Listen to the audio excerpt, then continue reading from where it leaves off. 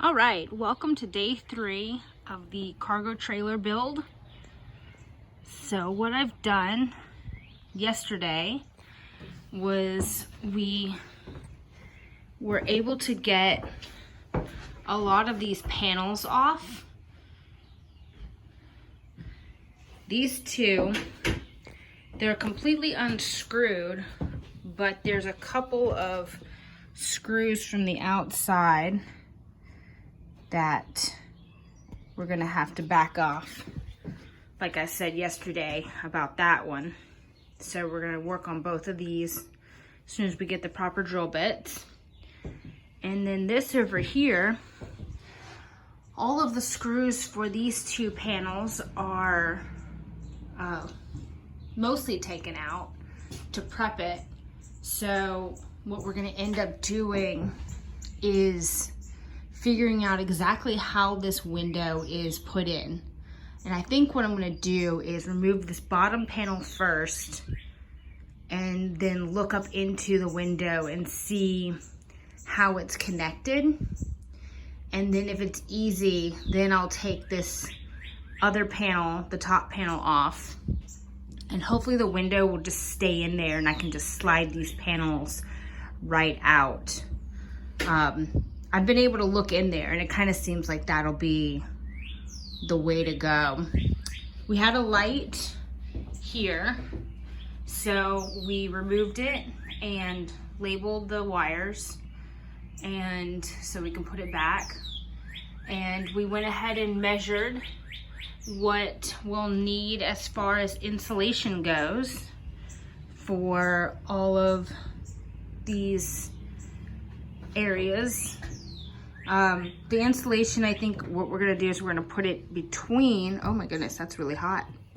So we've had sun hitting the side of the trailer, and this is the first time I'm feeling it. It's quite hot actually. The beams aren't terribly hot, but this aluminum it's warm.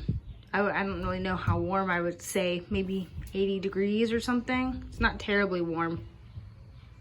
It's a little hot. Anyway, so I'm gonna put the insulation between these two ribs, and so it's flush with the top of the rib. That way I can put the wood back on. So we also took out a vent that went there. It's this vent here. It just slid in on the outside of the wood and drilled into the wood. So we took that out. And then there was the same here that we also took out. Then these parts are gonna be a little tricky because I have to remove this wood in order to get these panels off. But I think this wood is also screwed in by this screw here, which is also that kind of crazy drill bit. So I think I'm gonna have to back this out a little bit to take it out of this wood so I can move this wood. I've already taken the screw out on this side, but that just wasn't enough because there's screws on these two panels behind this wood. So that's kind of the plan for today, is to get all the wood completely off and go ahead and start caulking these seams here, these aluminum seams. I've got this Lexel caulk.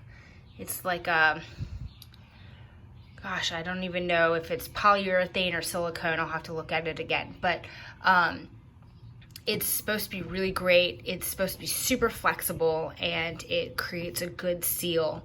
So I'm gonna run a bead all the way down and then probably run the bead at the bottom here to caulk the aluminum to this rail. And probably I'll hit some caulk on the backs of whatever screws are in the aluminum just for safety's sake, and I'll run a bead up here just to make sure that that doesn't end up being a leaking issue as well. So that's pretty much it for today. This video is quite a bit longer than my first two, I guess because I've done a lot more work. So stay tuned.